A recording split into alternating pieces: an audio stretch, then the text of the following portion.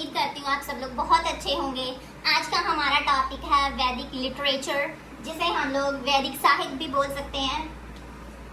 पहले वेदास का हम मतलब समझ लेते हैं कि वेदा का क्या मतलब है, कहाँ से ये शब्द उत्पन्न हुआ। ठीक है, वेद का मतलब होता है नॉलेज। वेद मीन्स नॉलेज, ज्ञान, जिसे हम हिंदी में बोल सकते हैं। अभी हम जानेंगे कि वेद शब्द कहां से उत्पन्न हुआ। वेद शब्द है जो विद धातु, विद धातु से उत्पन्न हुआ है, विद धातु से बना है, जिसका अर्थ होता है जानना, जिसका अर्थ होता है जानना या फिर ज्ञान, नॉलेज भी हम इसे बोल सकते हैं। कहा जाता है कि वेदों का एक पीढ़ी से दूसरी पीढ़ी तक मौखिक रूप से आदान प्रदान होता रहा है और इसीलिए इन्हें सुनना यानी कि श्रुति अथवा दैवी ज्ञान यानी कि डिवाइन नॉलेज, डिवाइन नॉलेज भी कहा जाता है।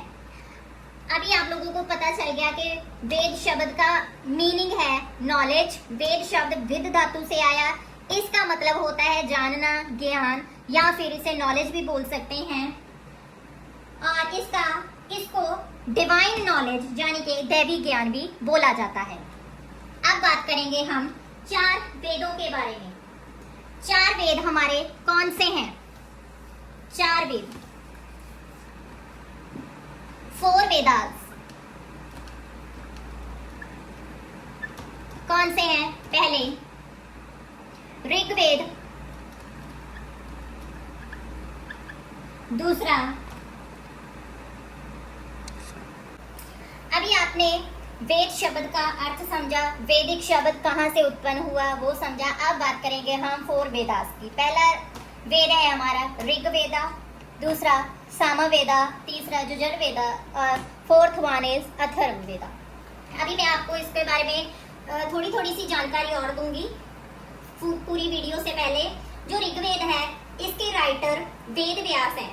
ये सबसे ओल्डेस्ट वेद है जिसमें इंद्र, अग्नि, वरुण को इम्पोर्टेंट देवता माना जाता है। अभी हम बात कर रहे हैं ऋग्वेदा की।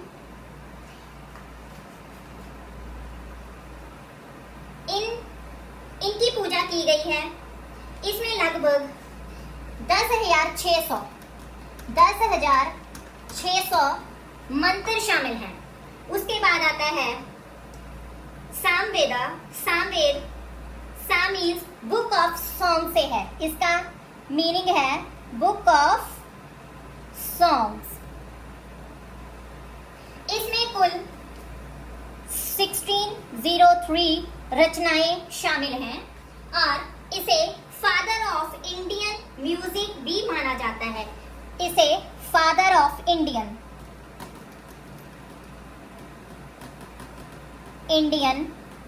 म्यूजिक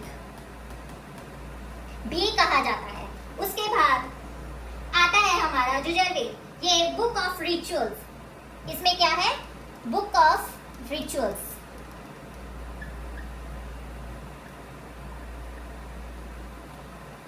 बुक ऑफ रिचुअल्स भी कहा जाता है। इसमें वेरियस जगहों और विधियों का उल्लेख शामिल है। और चौथा हमारा आता है अथर्ववेद। ये अथर्ववेद तीनों वेदों से डिफरेंट है। इसमें विश्वासों और अंधविश्वासों का वर्णन किया गया है। प्रथम 3 वेदों को संयुक्त रूप से तेरई, फर्स्ट 3 वेदास कॉल्ड तेरई कहा जाता है इन्हें। ईच वेद को संहिताओं में भी डिवाइड किया गया है।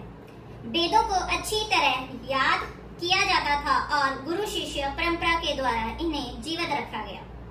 वेदों को कंपाइल कृष्णद्वैपायन ने किया था, पर सेपरेशन व्यास के कारण इन्हें वेद व्यास भी कहा गया है। वेद व्यास।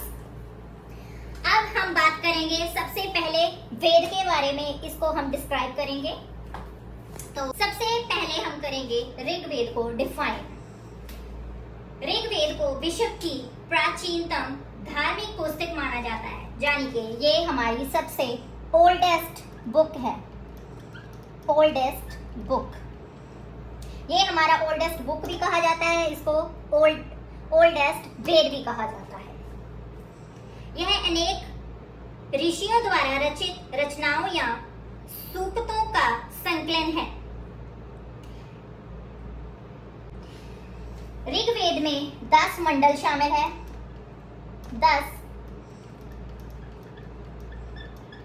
10 मंडल हैं। 10,028 श्लोक हैं, इसमें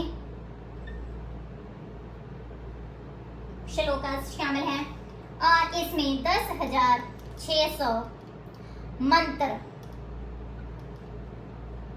मंत्र शामिल हैं।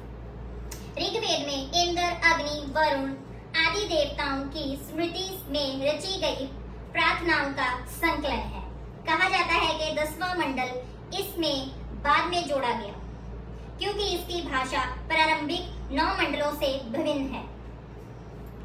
गायत्री मंत्र, बहुत सारे लोग आज भी गायत्री मंत्र को उच्चारण करते हैं। गायत्री मंत्र ऋग्वेदा के तीसरे मंडल, कौन से तीसरे मंडल में उल्लेख किया गया है।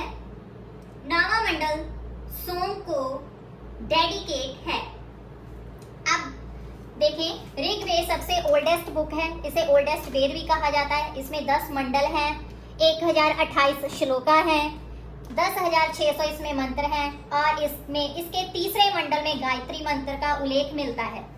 अब करेंगे बात हम सेकंड वेद के बारे में।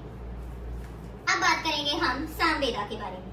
साम का अर्थ है गायन, यानी कि सॉन्ग, ये इसका मीनिंग है। इसकी रचनाओं का गायन यानी कि सॉन्ग करने वाले ब्राह्मणों को उद्घातु कहा जाता है। उद्घातु क्या कहा जाता है जो इस सॉन्ग्स को उच्चारते हैं? उद्घातु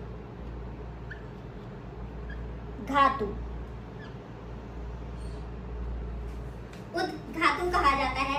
सामवेद में कुल 1603 कितनी रचनाएं हैं? इसमें 1603 रचनाएं हैं, और जिनमें 99 को अतिरिक्त शोष रचनाओं के ऋग्वेद में लिया गया है। इसे हम बुक ऑफ सॉन्ग, सामवेद को हम बुक ऑफ सॉन्ग भी बोलते हैं। Book of song. वेदों में सामवेद को भारतीय संगीत का जनक, यानी कि फादर ऑफ इंडियन म्यूजिक, इसे फादर ऑफ इंडियन म्यूजिक भी कहा गया है। इंडियन म्यूजिक, ये आपको शॉर्ट वाले जो क्वेश्चंस आएंगे 1 मार्क्स वाले, उसमें भी आपको हेल्प करेगा। अब तीसरा वेद है जुझरवेद। जुझरवेद को बुक ऑफ रिचुअल्स बोला जाता है। बुक ऑफ रिचुअल्स, जिसमें वेरियस जगहों से संबंधित अनुष्ठान विधियों का उल्लेख है। इसका पाठ करने वाले ब्राह्मणों को अद्वायु कहा जाता है। जो इसका ज्ञान पाठ करते हैं उसे क्या कहा जाता है? अद्वायु।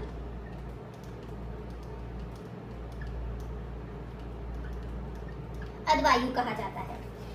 इसको यजुर्वेद को 2 भागों में बांटा गया है। एक है कृष्ण यजुर्वेद और दूसरा है शुक्ल यजुर्वेद। यजुर्वेद एकमात्र ऐसा वेद है जो कृष्ण और शुक्ल दोनों में रचा गया है। चौथा वेद अथर्ववेद। ये तीनों वेदों से विभिन्न है, यानी कि डिफरेंट है इन तीनों वेदों से। इसमें जनसाधारण के लोकप्रिय विश्वासों और अंधविश्वासों का वर्णन है। इसमें 20 कांड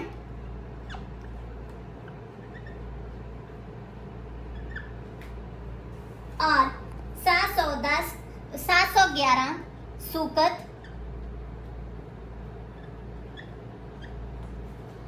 तथा सूक्तों के अंतर्गत 6000, इसके अंतर्गत 6000 श्लोक हैं।